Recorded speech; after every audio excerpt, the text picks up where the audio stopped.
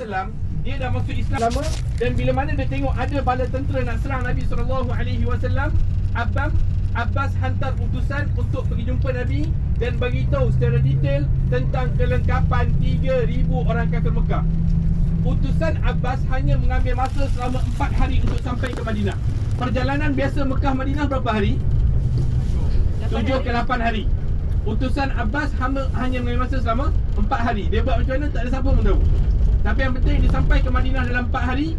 Dia beritahu kepada Nabi secara detail kelengkapan orang kafir Mekah.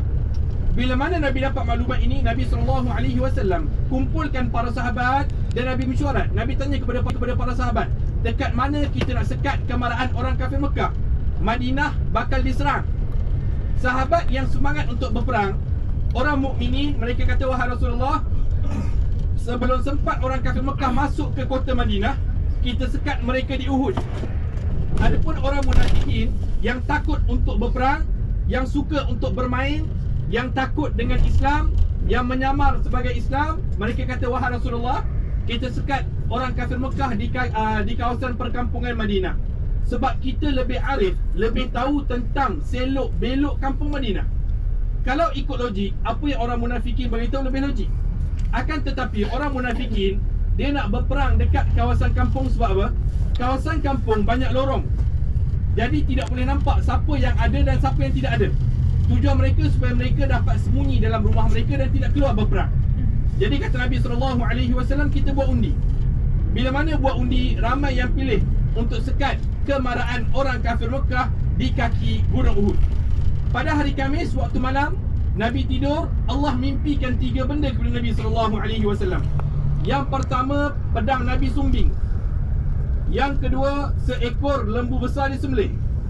Yang ketiga, tangan Nabi SAW dalam baju besi. Keesokannya harinya, hari Jumaat, selesai khutbah Jumaat, Nabi masuk ke dalam rumah dia bersama dengan Sayyidatina Aisyah radhiyallahu anha, dan Nabi pakai 2 lapis baju besi. Bila mana sahabat tengok Nabi pakai 2 lapis baju besi, sahabat dia mula gerun. Kata sahabat, ini mesti peperangan dahsyat ni. Ini bukan calang-calang peperangan. Jadi Nabi dan 1,000 orang tentera ketika itu keluar daripada Madinah menuju ke Uhud. Dalam perjalanan, Nabi nampak ada orang Yahudi dalam kumpulan Nabi SAW. Nabi tanya kat mereka, kenapa ikut kami? Kata mereka, kami sama-sama nak mempertahankan kota Madinah. Kata Nabi SAW, masuk Islam, perang sama kami, atau patah balik semula ke Madinah. Mereka ni semua tak nak masuk Islam, mereka ni semua patah balik ke Madinah. Tentera Islam makin berkurangan, akan lawan orang kafir Mekah berjumlah 3,000 orang. Sampai di satu kawasan yang dinamakan sebagai Masjid Ad-Dirak. Dirak ni maksudnya baju besi. Sampai dekat kawasan ni, Nabi buka baju besi dia dan Nabi gantungkan baju besi dia dekat atas satu batu besar dekat kawasan ni. Dan Nabi berhenti rehat dekat kawasan ni, dan Nabi solat dekat kawasan ini, solat asar, maghrib, isyak dan subuh hari Sabtu. Selepas asar, Nabi periksa bala tentera. Nabi tengok ramai sahabat-sahabat di bawah umur, antaranya anak Sayyidina Umar, Abdullah ibn Umar dan sebagainya. Jadi sahabat-sahabat yang bawah umur ini semangat untuk perang sama Nabi SAW. Kata Nabi SAW, masuk Islam, perang kata Nabi SAW, tunggu kamu besar, kamu dah balik, baru kamu boleh berperang sama dengan kami. Tapi seorang sahabat, nama dia Rafi' ibn Khadij, dia kata, wahai Rasulullah, ana rami wa ahsanul rami. Wahai Rasulullah, aku ni pandai memanah, dan aku lagi pandai memanah daripada sahabat-sahabat yang besar. Jadi Nabi tanya kat sahabat-sahabat yang besar, betul ke Rafi' ibn Khadij ni pandai memanah? Jadi kata sahabat yang besar, betul wahai Rasulullah, dia ini memang pakar memanah. Jadi Nabi benarkan dia untuk ikut dalam peperangan. Seorang lagi budak, nama dia Samurah ibn Jundub, dia menangis dekat bapak dia. Dia kata, wahai ayah, Rasulullah pilih Rafi', Rasulullah tak pilih aku, sedangkan aku lagi kuat daripada Rafi'. Maka ayah dia mengadu kat Nabi SAW. Nabi senyum. Nabi kata, wahai Samurah, kalau betul kau kuat, cuba buat gusti dengan Rafi'. Kalau kau dapat jatuh ke Rafi' ibn Khadij, maka kau dapat ikut dalam peperangan Uhud. Samurah ni sebab terlalu semangat untuk ikut peperangan Uhud, dengan sekali tolakan dia dapat jatuh ke Rafi' ibn Khadij. Jadi 2 orang budak ini Nabi benarkan untuk ikut dalam peperangan Uhud. Selesai Nabi buang kanak-kanak, tentera Islam makin berkurangan. Orang munafikin yang diketuai oleh Abdullah ibn Ubay ibn Salul, mereka dah mula takut. Mereka kata, apa ni Muhammad? Tadi buang Yahudi, Sekarang buang budak-budak. Kita nak lawan 3,000 orang, pasti kita akan mati. Lebih baik kita semua balik. Itu keselamatan untuk diri kita sendiri. Jadi mereka jumpa Nabi SAW, buat pelbagai alasan. Kata Nabi SAW, siapa nak balik, sila balik. Jadi balik semua orang munafikin. Yang dibuang kanak-kanak, orang Yahudi dan orang munafikin yang balik, semuanya berjumlah 300 orang. Baki tentera Nabi SAW hanya 700 orang. Jadi Umar Ibn Khattab tanya ketika mana Yahudi balik, wahai Rasulullah, kita nak berperang bersama dengan 3,000 orang. Kata Nabi SAW, wahai Umar, biarkan mereka balik. Mereka ini duri dalam daging. Jadi keesokan harinya, hari Sabtu, Nabi SAW bersama dengan 700 orang tentera akan perang melawan 3,000 orang kafir Mekah. Selepas Isya, berlaku satu pergaduhan. Satu keluarga di kawasan Masjid Dirak. Yang bergaduh ialah keluarga Amr bin Jamuh. Amr bin Jamuh seorang lelaki tua dan kaki dia tempang. Dalam peperangan Badar, dia nak ikut pergi peperangan Badar, tapi Nabi tak bagi sebab dia telah berumur. Dalam peperangan Uhud, dia datang bersama dengan 4 orang anak lelaki dia. 4 orang anak lelaki dia kata ke ayah dia, wahai ayah, tak payahlah ikut pergi berperang. Kalau kami 4 orang mati, ayah akan dapat pahala 4 syahid. Tapi ayah dia berdegil nak pergi dan ayah dia tinggikan suara. Jadi kata anak-anak dia, jomlah kita report dekat Nabi, biar Nabi yang menasihati ayah kita. Bila mana Nabi dapat berita yang Nabi senyum, Nabi kata Amr bin Jamuh ni buat hal lagi. Dulu Badar aku tak pergi dia dengar. Uhud aku tak sempat nasihat dia telah datang.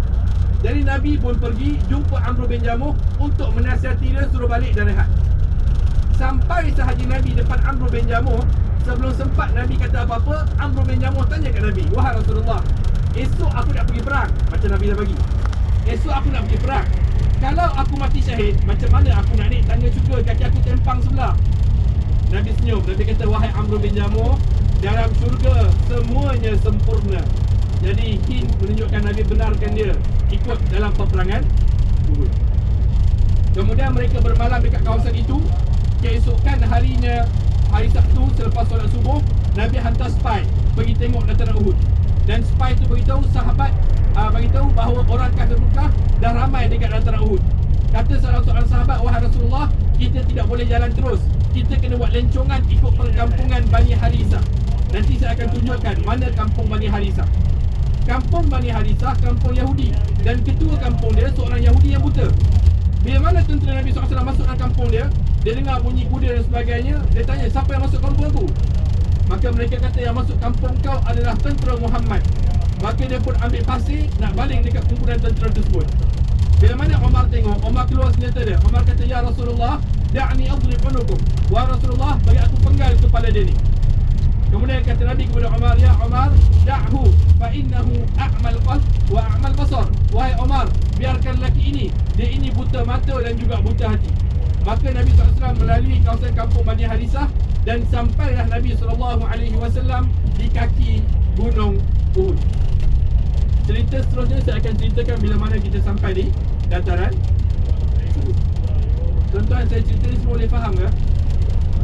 Dari cerita Kubak boleh faham ke? Tuan suruh cerita balik boleh? Yang penting insyaAllah moga-moga ada input. Kita tak nak kita datang ke Madinah, kita sekadar tunjuk ini Masjid Quba, sila pergi semayang. Ini Bukit Uhud, inilah tempat berlakunya peperangan. Ini tidak akan menimbulkan rasa cinta kita kepada Nabi SAW. Sebab ramai orang mengaku cinta Nabi, tapi tidak ikut betul-betul jalan Nabi SAW. Tidak kenal Nabi SAW. Contoh, saya bagi satu contoh. Apa hubungan Nabi dengan Aisyah? Siapa nama bapa mertua Nabi, bapa Aisyah? Abu Bakar. Siapa nama mak mertua Nabi, mak Aisyah?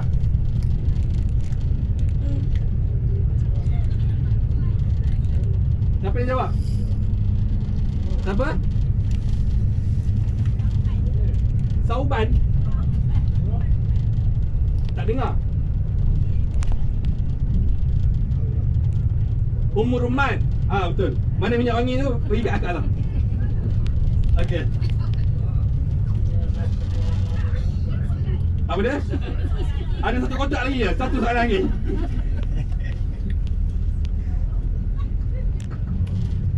Jadi ini bukti orang ramai mengaku cinta Nabi, tapi nasab Nabi, isteri Nabi, bapa mentua Nabi, mak mentua Nabi orang tak kenal. Okey? Dan peperangan Uhud tuan-tuan, peperangan yang paling dahsyat di dalam sejarah Islam. Sebab dalam peperangan Uhud, orang kafir Madinah datang nak serang orang Muhajirin di Madinah, yang mana ada daripada mereka ini mempunyai hubungan kekeluargaan, ayah dan ibu. Ada yang adik-beradik mereka, ada yang kawan-kawan mereka ketika masih kanak-kanak. Jadi orang Madinah terpaksa pertahankan Nabi SAW. Orang Mekah datang pula untuk ambil kota Madinah dan untuk bunuh orang Islam. Yang mana kita hari ini tidak akan mampu lakukan pengorbanan seperti yang dilakukan oleh mereka semua.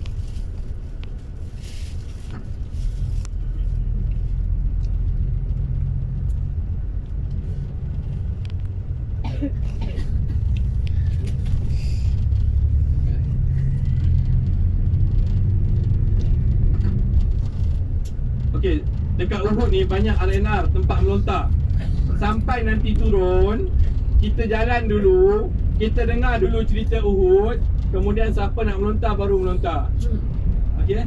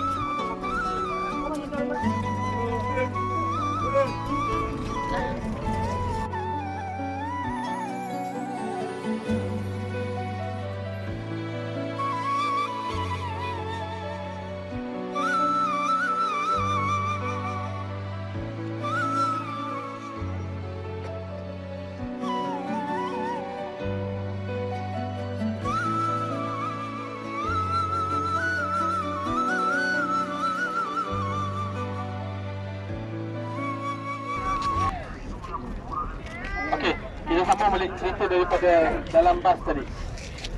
Jadi Masjid Ad-Dira, kawasan dia dekat area kita parking bas atas sikit. Maknanya Nabi SAW boleh jalan straight. Tapi sebab orang kafir Mekah dah ramai dekat kawasan ini, Nabi SAW buat lencongan ikut perkampungan Bani Harithah. Kawasan pokok kurma tu kawasan kampung Bani Harithah. Nabi buat lencongan ikut kawasan kampung Bani Harithah, dan Nabi masuk bawah lembah yang kita jalan di atas titi tu.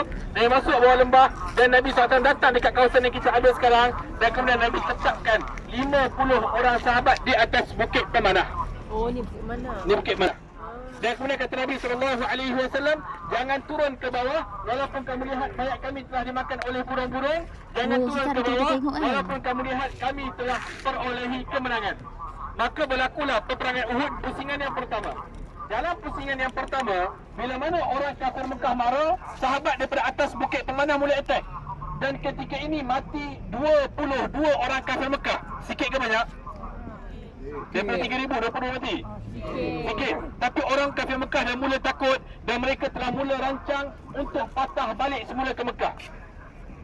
Wahsy yang ditugaskan satu saja untuk bunuh Hamzah ibn Abdul Muttalib. Dalam pusingan yang pertama kata Wahsy, bila mana aku nampak Hamzah, memang aku target dekat dia dan aku baling tombak aku, dan tombak aku tepat kena dada Hamzah ibn Abdul Muttalib, dan gugurlah Hamzah ibn Abdul Muttalib sebagai syuhada Islam yang pertama dalam peperangan Uhud. Kemudian orang kafir Mekah mula berpatah balik. Sahabat daripada atas bukit pemanah, sebab mereka tinggi, mereka nampak.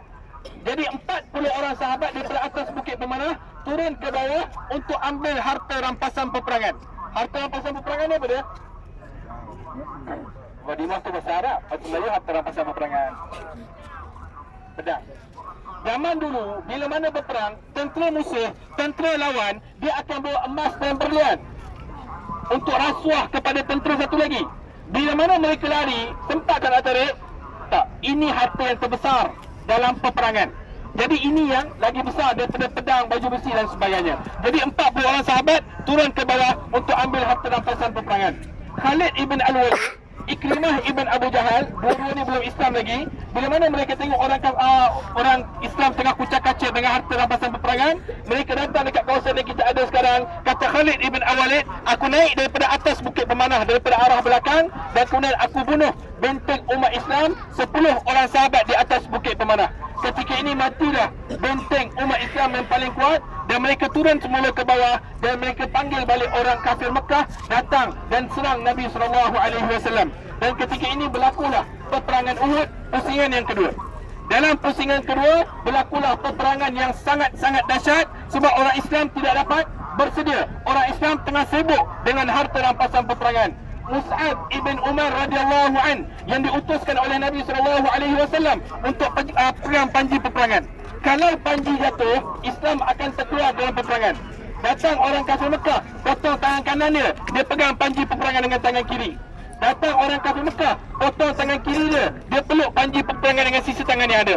Datang orang kafir Mekah, baling tombak dan gugur Mus'ab ibn Umar radhiyallahu an. Dan ketika ini Abu Amir Al-Fasiq dari Lubang, salah satu tempat dekat kawasan ini, buat perangkap kepada Nabi SAW. Sampai baginda Nabi SAW jatuh dan pengsan dalam lubang tersebut. Bila mana orang Islam tak nampak Nabi, orang kafir tak nampak Nabi, Abu Sufyan mula menjerit, Mata Muhammad, Mata Muhammad, Muhammad dah mati, Muhammad dah mati. Sahabat yang baru peluk Islam, iman mereka lemah. Bila mana mereka dengar Nabi SAW dah wafat, gugur hati mereka, gugur jantung mereka, mereka patah balik semua ke rumah mereka. Sampai di rumah, isteri mereka tanya, kenapa balik? Kita dah menang ke? Kata mereka tak, Rasulullah dah wafat. Kata isteri mereka, kalau Rasulullah dah wafat, tugas kamu untuk menegakkan kalimah La ilaha illallah Muhammad Rasulullah. Dan bila mana Nabi terjaga daripada pengsan dalam lubang tersebut, Nabi menjerit panggil sahabat. Datang 11 orang sahabat benteng Nabi SAW. Masuk satu sahabat yang lain dan angkat Nabi SAW. Bila mana sahabat tu angkat Nabi SAW, kata sahabat tu, wallahi ketika ini aku tidak dapat lihat mana mata Rasulullah dan mana hidung Rasulullah, kerana dipenuhi dengan dengan darah di wajah suci Nabi SAW. Bila mana sahabat tu lap muka Nabi SAW, kata sahabat itu, aku dapat lihat topi besi peperangan tertutup dalam pipi Nabi SAW. Patah gigi Nabi SAW. Bila mana aku nak cabut topi tersebut, Nabi menjerit kesakitan, dan aku inginkan kelembutan di wajah Rasulullah. Aku cabutkan topi tersebut menggunakan gigi aku.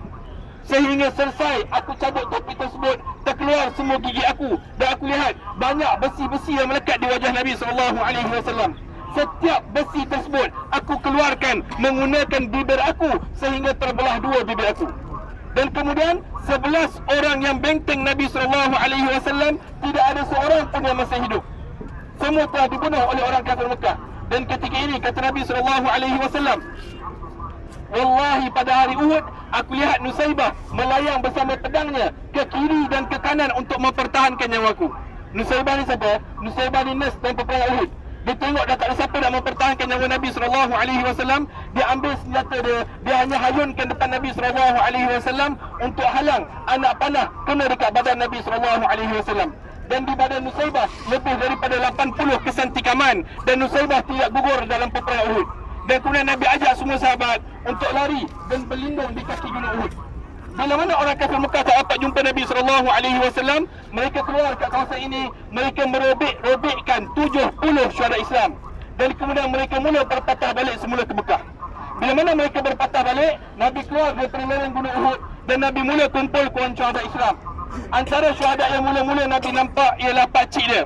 Kata Nabi SAW, "Ammi fa innahu asadullah." Dia ni pakcik aku. Dia ini singa Allah Subhanahu wa taala. Menangis Nabi SAW. Kemudian Nabi SAW nampak jenazah Hanzalah. Yang peliknya jenazah Hanzalah ni basah. Hanzalah ni siapa? Hanzalah ni anak Abu Amir Al-Fasiq. Bapak dia dalam tentera kafir.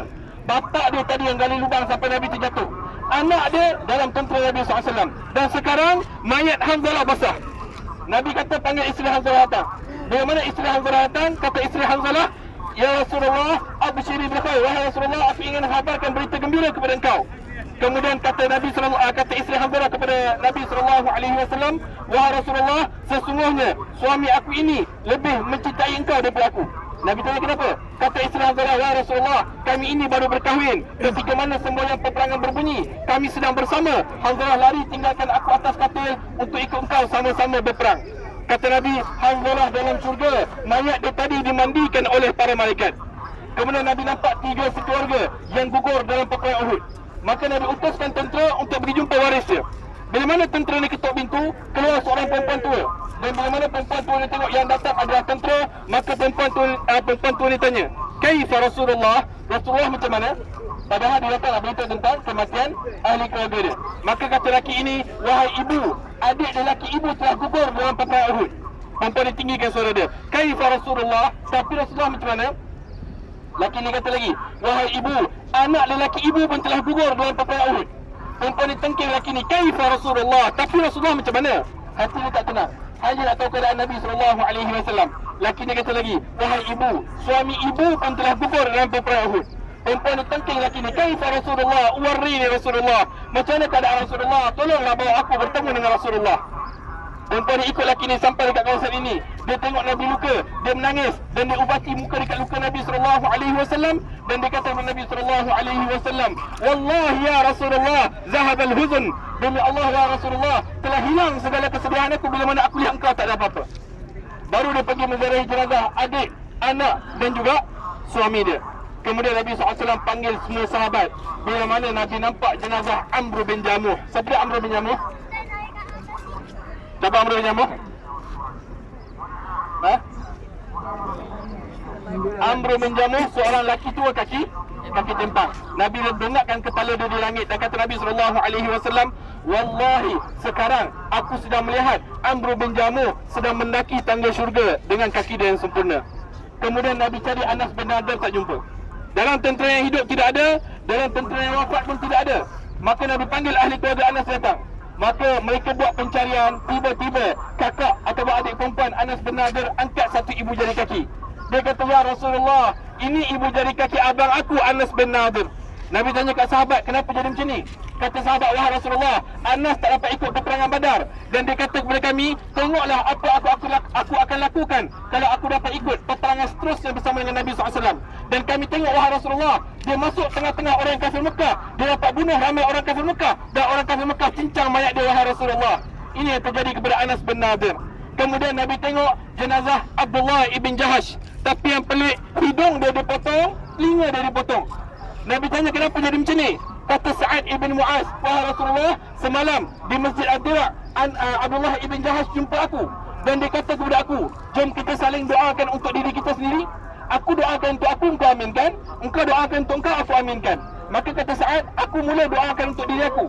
Ya, aku minta, ya Allah, berikanlah kami kekuatan dan berikanlah kami kemenangan." Kata Abdullah ibn Jahash, "Amin." Kemudian Abdullah ibn Jahash doa untuk diri dia dan aku aminkan. Kata Abdullah ibn Jahash, "Ya Allah, berikanlah kami kekuatan dan berikanlah kami kemenangan dan rezekikanlah aku mati syahid dan bagilah hidung aku dipotong dan telinga aku dipotong. Dan bila mana aku duduk depanmu, wahai Allah, engkau tanya, mana hilang hidung dan telingamu, dengan bangga aku boleh menjawab, wahai Allah, semua ini hilang untuk menegakkan kalimah la ilaha illallah Muhammad Rasulullah." Jadi tuan-tuan dan puan, ini pengorbanan para sahabat. Kita hari ini dapat Islam dengan senang. Sebab itu kita campakkan Islam yang kita ada dalam lengkap. Kita yang dapat Islam yang telah diberikan oleh Nabi SAW, kita auto bagi lagi cantik Islam yang dikorbankan oleh mereka. Perkara ini tidak benar. mereka berkorban, bermati-matian. Jadi lebihlah kita hargai Islam, kerana pengorbanan mereka satu pengorbanan yang sangat besar. Setelah Nabi kebumikan semua 70 syariat Islam, Nabi kejar balik orang kafir Mekah. Dan bila mana orang kafir Mekah tengok tentera Nabi datang, mereka melajukan tunggangan mereka. Ini bukti dan dalil Nabi SAW tidak kalah dalam peperangan. Jadi Bukit Uhud yang belakang ni, panjang dia 7 km, lebar dia 3 km. Ada siapa nak pahala besar Bukit Uhud? Berapa nak saya nak bagi? Solat jenazah. Kata Nabi SAW, man solat jenazah falahu qirat, man solat jenazah watba'an falahu qiratan. Siapa solat jenazah 1 qirat, siapa solat jenazah usung bawa sampai kuburan 2 qirat. Sahabat tanya, wahai Rasulullah, apa itu 1 qirat, apa itu 2 qirat? Kata Nabi SAW, al-qiratu mislu uhudi. Setiap 1 qirat besarnya besar gunung Uhud. Tapi dalam masjid saya tengok orang kita orang yang paling malas solat jenazah. Yang pertama mungkin tak tahu nak dapat pahala besar ni. Yang kedua mungkin tak tahu solat. Sekarang saya ajar cara solat yang ringkas. Takbir pertama Fatihah, semua tahu? Takbir kedua selawat atas Nabi, macam tahiyat. Takbir ketiga doa ke atas si mati. Ini ramai tak tahu. Paling mudah sebut Allahumma fir lahum. Cukup. Okey, takbir keempat bagi salam. Dapat berapa Bukit Uhud? 1 kalau kat Malaysia, 1000 kalau kat Masjid Nabawi, 100,000 kalau kat Masjidil. Okey, jom kita bagi salam dekat syuhada Uhud dan kemudian kita boleh siapa nak beli barang.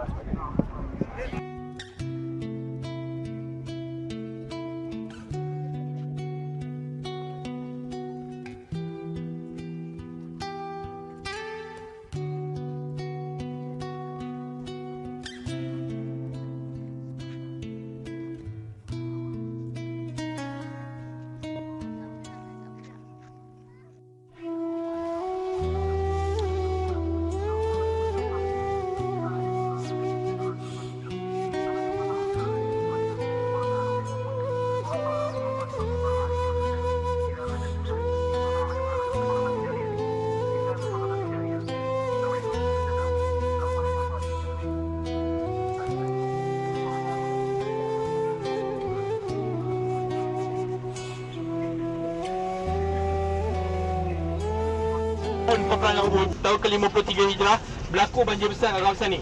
Semua syuhada dialihkan dekat kawasan ini. Jadi semua 70 syuhada dekat sini. Datang kat sini sunnah untuk kita bagi salam. Boleh ikut saya. Assalamualaikum. Assalamualaikum. Ya ahlul diyar. Ya ahlul diyar. Minal muslimin. Minal muslimin. Wal mu'minin. Wal mu'minin. Wa inna. Wa inna. Insyaallah. Insyaallah. Lahikun. Lahikun. Nas'alallah. Nas'alallah. Alana. Alana. Walakum. Walakum. Assalamata. Assalamata. Wal afiyah. Wal afiyah. Maksudnya Assalamualaikum wahai orang kampung daripada orang Islam dan juga orang beriman. Kami semua tak lama lagi akan mengikuti kamu. Semua akan mati. Aku minta kepada aku dan untuk kamu keselamatan dan juga kesejahteraan. Jadi tuan-tuan dan puan-puan, daripada kita tunjuk kepada anak-anak kita hero-hero yang mengarut dan tidak wujud, lebih baik ceritakan hero-hero yang wujud, yang menegakkan agama Islam, yang membantu kita untuk masuk ke dalam syurga Allah Subhanahu wa taala. Okey. Saya bagi dalam 10 minit siapa-siapa yang nak beli barang dan sebagainya. Kemudian boleh terus naik ke bas. Bukit tu tak payah panjat lah. Okey. Oh sorry, nak ambil gambar satu. Kita ambil gambar ramai boleh? Menghadap sini. Background Bukit Uhud. Okey. Tak boleh.